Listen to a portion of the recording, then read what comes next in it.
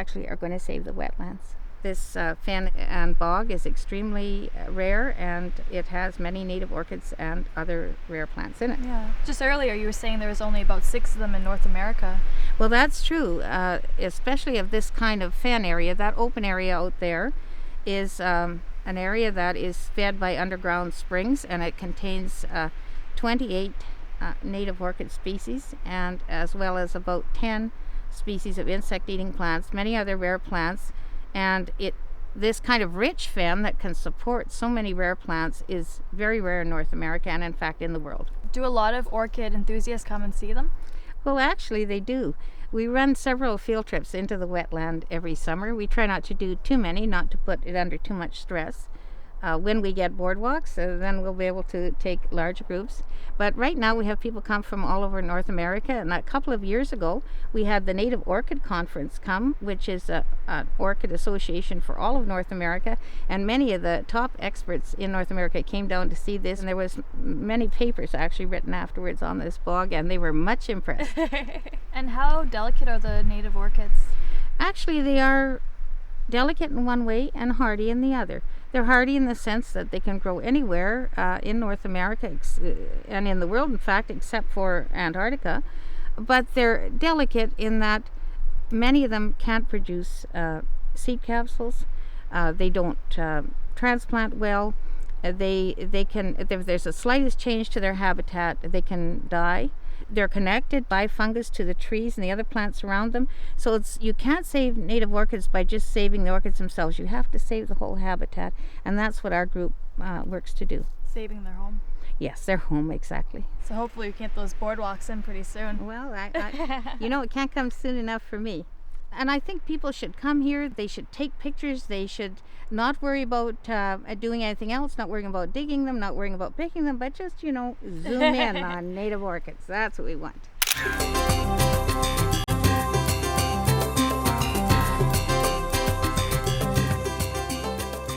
I understand you're the one to see when I want to know what I'm seeing. Yes.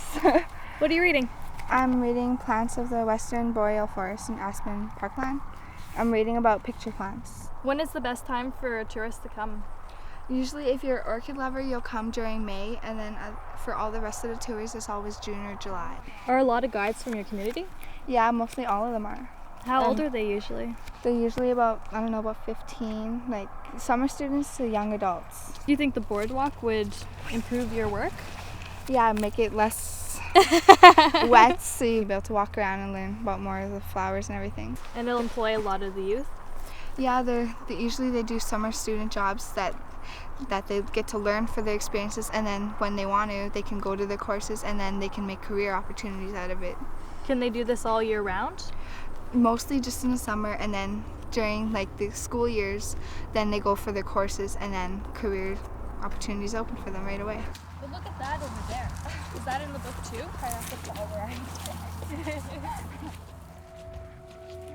The Brokenhead Wetlands contains several distinct natural environments: a fen, a bog, and a white cedar forest. All are becoming harder and harder to find as human development intrudes on their natural space, and seldom would you find them sharing the same space.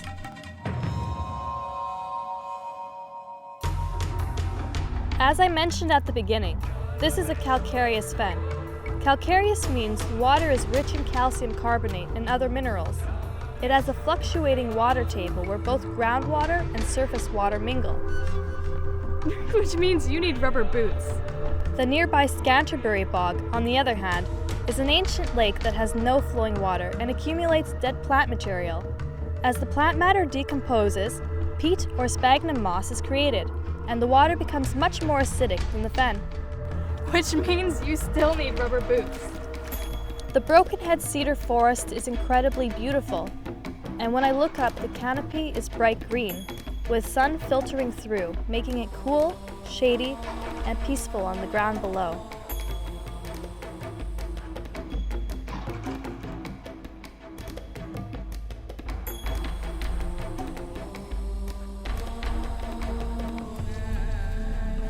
What the Brokenhead Ojibwe Nation have known about for centuries will now be shared with people from around the world, thanks to the new boardwalk and nature interpreters. By embracing the past, Brokenhead embraces the future. It's an easy gamble, which brings us to the South Beach Casino and Hotel. The pace is up-tempo here, quite a different world from the wetlands, and the people seem to love the contrast. Joining me is Chief Deborah Chief. Hi, Amy. Hi. So how many people does the casino hold? Last month we had the millionth customer come through the door. From the community or from all over? No, they come from the surrounding area. We have also people coming from the city, coming from some from the States. Bus tours come in. Do you have any plans for further development? We have a hotel coming up. You can see the sign across the road. We have a gas station that's coming up, gas bar, possibly a golf course in the future, yeah. Once the hotel's up, do you think that'll boost ecotourism with the boardwalk being built? It has a lot of potential. We'd like to get into bigger businesses and to be able to draw people here. I think we're in an ideal location. And Yeah. it's a great community. So Make the community stronger. yeah, That's great. economically, yeah, we've got so much potential. From bison to historic tours, from powwows, rare medicinal plants and orchids, Brokenhead Ojibwe Nation is a must-see destination where soon one can easily access the fen. And as with all good places, the more things change, the more they stay the same.